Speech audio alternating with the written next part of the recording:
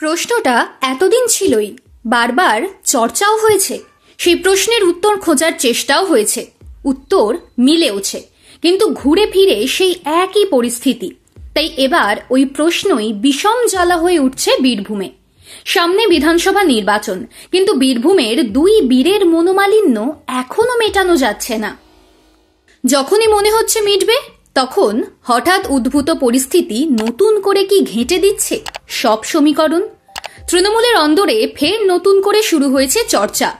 বীরভূমে একসময় প্রভাবশালী নেতা ছিলেন অনুব্রত মণ্ডল, কিন্তু দুর্নীতির দায়ে অভিযুক্ত হয়ে জেলযাত্রার পর সেই জায়গাটা নিয়েছিলেন কাজল শেখ।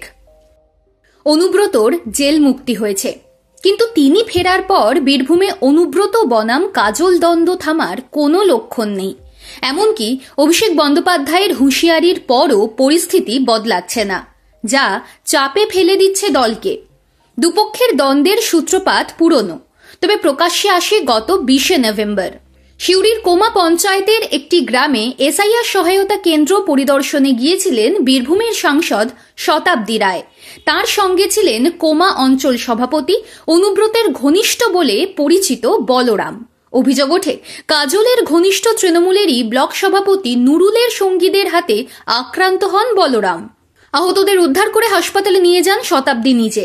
ওই নিয়ে সিউড়িতে অনুব্রত এবং কাজল গোষ্ঠীর মধ্যে দ্বন্দ্ব প্রকট হয়। বিষয়টি তৃণমূলের শীর্ষ নেতৃত্বের কানে যায়। তৃণমূলের সর্বভারতীয় সাধারণ সম্পাদক অভিষেক নির্দেশ দেন, সিউড়ি 2 নম্বর ব্লকের গোলমাল যেন আলোচনাতেই মিটে যায়, নয়তো অন্য রাস্তা নেবেন তিনি। অভিষেক বলেছিলেন, দুবরাজপুরে আমাদের বিধায়ক নেই, ওই আসনে আমরা 2021 সালে পরাজিত হয়েছি। সিউড়ি 2 নম্বর ব্লকে সমস্যা রয়েছে। আমি দুপক্ষকে বলছি, আপনারা 2-3 দিনের মধ্যে সমাধান করুন, না হলে বাইরে থেকে কাউকে পাঠাতে হবে। আমরা সেটা চাই না, নিজেরা ঠিক করে নিন। অভিষেকের নির্দেশের পর দুই পক্ষকে একসঙ্গে দেখা যায়। কেষ্ট ঘনিষ্ঠ বলরামকে পাশে নিয়ে কাজল দাবি করেছিলেন, এটা শুধু ট্রেলার, পিকচার এখনো বাকি। তার ইঙ্গিত, দলের ভিতরে পালা বদল হবে। আর বলরামের মন্তব্য ছিল, বাবা ভাইয়ের সঙ্গে অশান্তি হলে কি কেউ পরিবার ছেড়ে চলে যায়?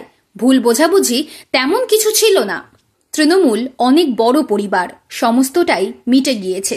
অভ্যন্তরীণ বিরোধ মেটাতে বার্তা দেওয়া হয়েছিল তৃণমূলের শীর্ষ নেতৃত্বের তরফে। গোষ্ঠীদ্বন্দ্ব বন্ধ করতে সরাসরি হস্তক্ষেপ করতে হয়েছিল বীরভূমের কোর কমিটির সদস্য তথা জেলা পরিষদের সভাধিপতি কাজল শেখকে। তাতেও লাভ হলো না। ফের নতুন করে উত্তেজনা ছড়িয়েছে সিউড়ি 2 নম্বর ব্লকের কোমা পঞ্চায়েতের জানুরি গ্রামে। এই নতুন বিরোধ আবার চিন্তায় ফেলে দিয়েছে রাজ্য তৃণমূলকে। নির্বাচনের আগে অভিষেক দলের অন্দরের যাবতীয় সমস্যা মেটাতে নেমে পড়েছেন আসরে। জেলা থেকে ব্লক সর্বত্র রয়েছে তার কড়া নজর। অভিষেক কোনোভাবে চান না দলীয় কোন্দল প্রভাব ফেলুক আসন্ন নির্বাচনে। আর তাই বীরভূম নিয়ে তিনি একদিকে যেমন চিন্তিত, অন্যদিকে সমস্যা মেটানোর রাস্তা ভেবে রেখেছেন। যদি অনুব্রত কাজল গোষ্ঠীর মনোমালিন্য না থামে, বাইরে থেকে কাউকে পাঠাতে পারেন, তা স্পষ্ট করে দিয়েছেন নিজের বার্তায়।